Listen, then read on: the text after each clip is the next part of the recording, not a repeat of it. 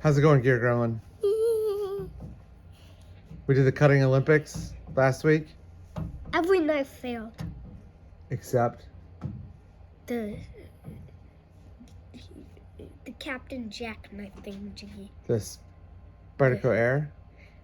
The Spyderco Air did amazing. The Indian River Jack, the Captain Jack knife. That was the one that did well. All right, so we've got Sweet Stuff Saturday for you, and we are looking at a brand new flashlight from OLight.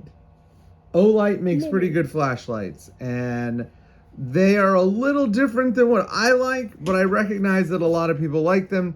And when this one came out, it had a set of features that made me say, And I know that the Gear Gremlin really likes this one because he's asked me if he could have the review sample after I finished reviewing it. And I said yes. Because I want to test it. Yeah. Because he says it's virtually impossible to break, which I don't believe. You don't believe that? You're like, have you met me? I could just flick this thing and it's going to explode. You're like, have you met me? Have you seen how much I use my knives and stuff? And I said yes. I snapped almost every single knife tip I've ever. No, you've only broke, and actually you didn't break that one. Isaac broke that one. The Little Native, that was Isaac. No, is that thing nice? Yeah, that thing is nice. The Little Native, like the. No, you didn't break that one. That one was just no good. All right, so let's talk about the OLight Warrior Nano. So if you look at the OLight product line, there are really two things that would interest people that are not like search and rescue or like part of SWAT teams. And one is the Warrior line, which is their like hybrid between EDC and tactical stuff. And the other is the Baton. The Baton is much smaller than the Warrior, or it was much smaller than the Warrior.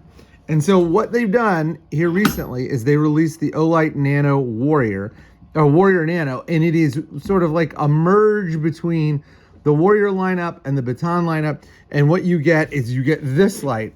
This light runs on a proprietary 16340, which frustrates the crap out of me.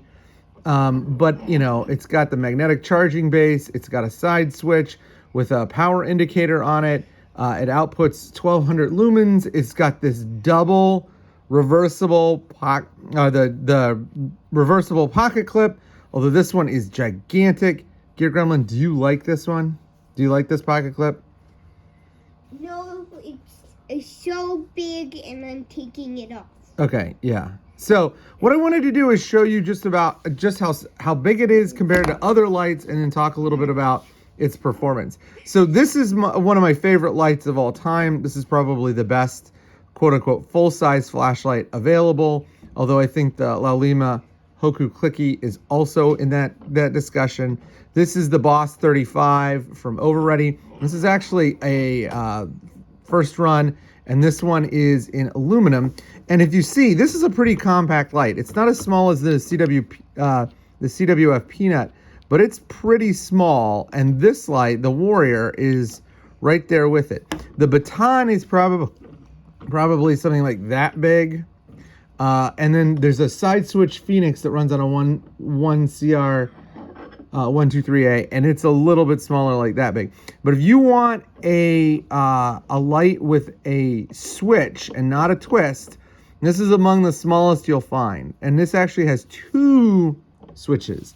So you have the regular side switch here, which you can use to do low. Look how low that low is. You can double tap to go full high, and then you can press and hold, and you'll get the medium. So you can get low, medium, high directly from off. The other thing, because this is a Warrior,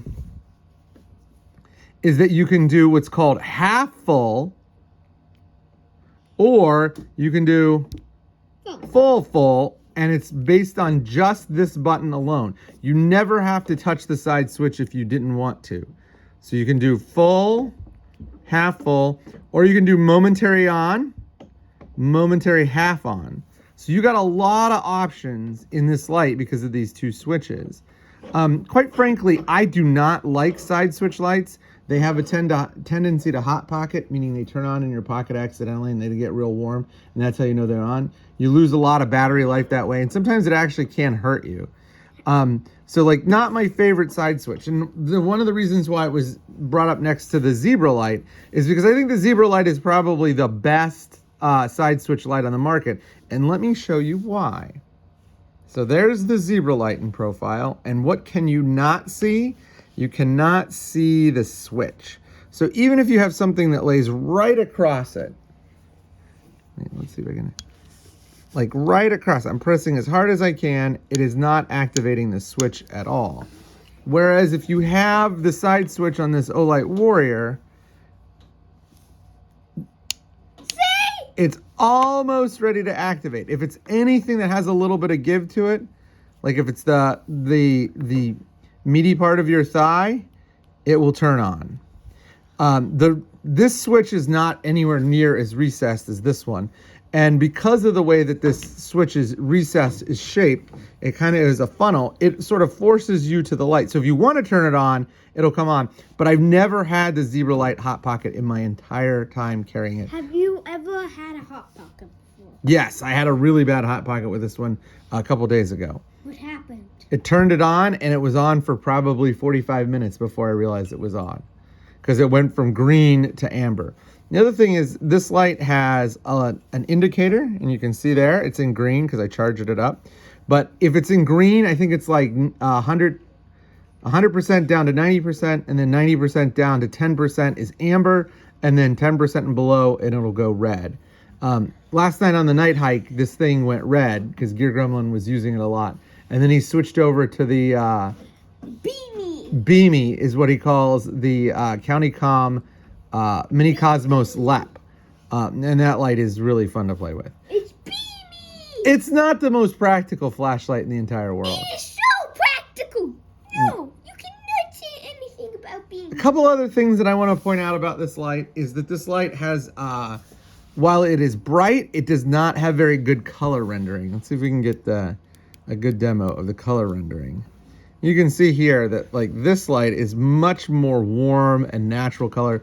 This is what OLight calls neutral, and it is pretty neutral. There's no blue or purple or green in the tent. It's just very cold, and as a result, it doesn't render colors the same. So like Gear Gremlin is wearing some red sweatpants, Yeah. and if it was dark and I put the red sweatpants in the light, this beam would make it look a little sickly, like maybe a little pinkish or a little purplish, whereas this light would give you that really vibrant red pop, that color that your eyes love to look at. So the beam here isn't the greatest in terms of its color rendering, but that's not a big deal. The other thing is this light runs on what's called a TIR optic, which stands for Total Internal Reflector. And instead of using a dish like this, an actual reflector where it's like a bowl, a little tiny bowl that's polished out and then stippled on the inside, it just uses an optic, meaning like this is a lens that has been ground to a certain shape so that it will gather all the light, all the photons, and then shoot them out the front. And it does that without having a reflector. The result is the head of the battery, as you can see, like that's basically the head of the battery for the Zebra light, and that's the head of the battery for the OLight Warrior Nano. The head of the flashlight. The head of the flashlight here is much, much smaller. But the thing that I don't like, especially about OLight's TIRs, is they get really super squashy. The beam will not throw, even at 1200 lumens, all that far compared to something like this, which has an output of 475 lumens, but will throw much farther. If you compare it to something like this, Beamy. what? Beamy could shoot them. Beamy will definitely, but Beamy will blow all of these away because Beamy's designed as a laser-sighted photon flashlight. It's designed to really shoot far. The third thing that I will tell you that I don't like about the OLight Warrior Nano is this pocket clip is way, way, way too much. It is way too big. It gets in the way of just about everything. I think the idea is that it's supposed to sort of go in the crease of your hand so that, you know, like the switch is here, so the flashlight goes right here. And that's okay. And it does stop it from rolling for sure. But it makes it difficult if you're carrying this light not using the pocket clip. The other thing that's weird is that the ramp for the bezel down carry is so tiny. Like, look how tiny that ramp is. It needs to be much bigger because you really should carry flashlights bezel down. It doesn't matter so much on a TIR, but you don't want to scratch up this lens if you don't have to. And carrying it bezel down means that you don't have to worry about like keys or dirt or rocks or anything that like could get into your pocket banging up this lens.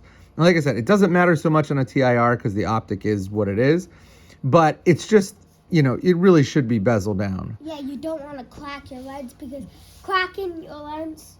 Not good. I've cracked a lens before. You have. Yeah. I've broken basically every Gear Gremlin has definitely cracked the lens on a flashlight before, but we fixed it. Yeah, we fixed it, but it is not fun to fix because you have to take the lens off, unscrew the thing, and like jiggy jam the lens. The other thing is when you take the lens off, we were very fortunate that we did it down in the workshop because there was a ton of little shards, and those shards were sharp. So yeah, we were careful. But compare this clip on the OLight to this clip on the Lumentop FW3, is it FWAA? The FWA. This is a really small clicky light. It runs the Andrew 2, which is a user interface I really like. And it is very, very small and compact for its output. I think this is around 800 lumens, and it runs on a 14500. But this clip is significantly smaller. As you can see, it is also ramped in the correct direction, even though it does allow you to do the clip it on the end of the bill of your cap, like this does. It's ramped in the right direction, so the ramp is more pronounced in the bezel down position. The other thing that I will mention about this light is this light is smaller, yet it uses a bigger battery. So, you know, both of these are TIR optics, and both of these are clickies. So those things sort of even out, but this light is carrying a battery that is just gigantic compared to the battery in the OLight Warrior Nano, which tells me that this is not the most efficient size layout they could do. And I understand that they have a lot of constraints here because there's things that they, you know what, I'm not going to take this off because taking it off is a pain in the butt with the clip. But, you know, if you compare it, like, here, I'll take out the one on the Boss because it's basically the same. It's the same length. It's not the same diameter. So like that's the battery, or about the size of the battery in this guy, and that's the battery here. So you would think that the light that has the longer battery would be longer, but because Lumentop did such a good job with the FWAA, that's actually not the case. This light is significantly shorter, and what I think is going on, although I'm not 100% sure, is there are two things. Number one, the side switch and the tail switch are chewing up space. Like typically you get space savings with the side switch because you don't have to have the spring and all that kind of stuff. It's just an E-switch. It's not a mechanical switch. But here they have the mechanical switch. And so whatever space savings you're going to get from using a side switch is eaten up because there is a mechanical switch at the bottom. So that's one thing. The other thing is if you look very carefully, you will see that even though they're both TIR optics, the FWAA is actually even shallower than the optic here on the OLight Warrior Nano.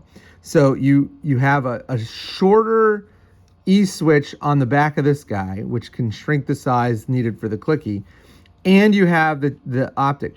I still don't know exactly what else is going on because as it stands, this light just should not be smaller than this light, but it is. A couple other things I want to point out that I really like about the OLight Warrior Nano, because the Gear Gremlin really likes this light and he wants me to talk about what is good. One thing that I really like is, and I don't know, do you like this? Do you like the switch on the back that lets you access the high right away? You're going to have to say yes or no. Okay. The other thing that I like is the fact that it tail stands really, really well. I mean, I basically make it a requirement for all my flashlights that they should tail stand. This tail stands really well, and it has a modified form of the switch protectors, although they don't actually act as a switch protector here. But if you look at this, this is the best tail cap ever made, and it has these really nice grooves that basically force your finger onto the button, but at the same time don't let the button interfere with tail standing and prevents accidental activation. This is not quite as good because the little prongs here are above or are below the button, so it won't prevent the button from activating, but it will help in tail standing. So this light tail stands on the button itself, and you can if you press down on it while it's tail standing, it's the little prongs here prevent it from activating. So they'll prevent it from turning on. It just won't lift the button off the table or the surface that you're using.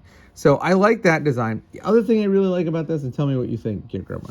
I love this grip pattern here. Yes, that grip pattern is amazing, Boski. You chew up your fingers trying to rub it against that thing. Yeah, you would really, I mean, it's not sharp enough that it's going to like shred your pocket, but you're not going to lose this no matter how much, whoa, get a little earthquake. No matter how much you're pulling or pushing on this light, that was an accidental activation, you're not going to lose the grip on this light. And, you know, if you can't do like the tapered body tube like this nice taper where it gives you the grip here, then these knurling patterns here will really help you keep a hold of this light. The last thing that I'm going to point out that I really like about this light, I love the light escapes. These are some great light escapes. Look at that. So you get that really clear halo indicating, yep, this light is on. And you get that with this guy too. You get the... Not as good. Oh no, look at that. Okay, that's a pretty good halo. Yeah, yeah. No, but the OLight Mini just gives them best. Yeah, they are really good. I like the halo on the light escape halo on the OLight Mini a lot. Don't tear that up. Why? Because I need to buy another one, and I want it to be the exact same size, so it'll fit on the guardrail. That's okay. No big deal, guardrail. Yeah. So overall, I really like the OLight Warrior Nano. This light is, I think I got it for like $75 on Amazon. It comes with the battery, the charger, and it better come with the battery because the battery is proprietary. This is, and it comes with the light itself. It also comes with a quick charge option. It has like a little L bracket, and you just snap it on the L bracket and it will charge everything up because the little charger plate will magnetize to the L bracket. So that is an overview of the OLight Warrior Nano. I didn't think we were going to do an overview. I thought we were just going to like talk about it, but it ended up being pretty thorough for a Sweet Stuff Saturday. So there you go. Look for a review coming soon.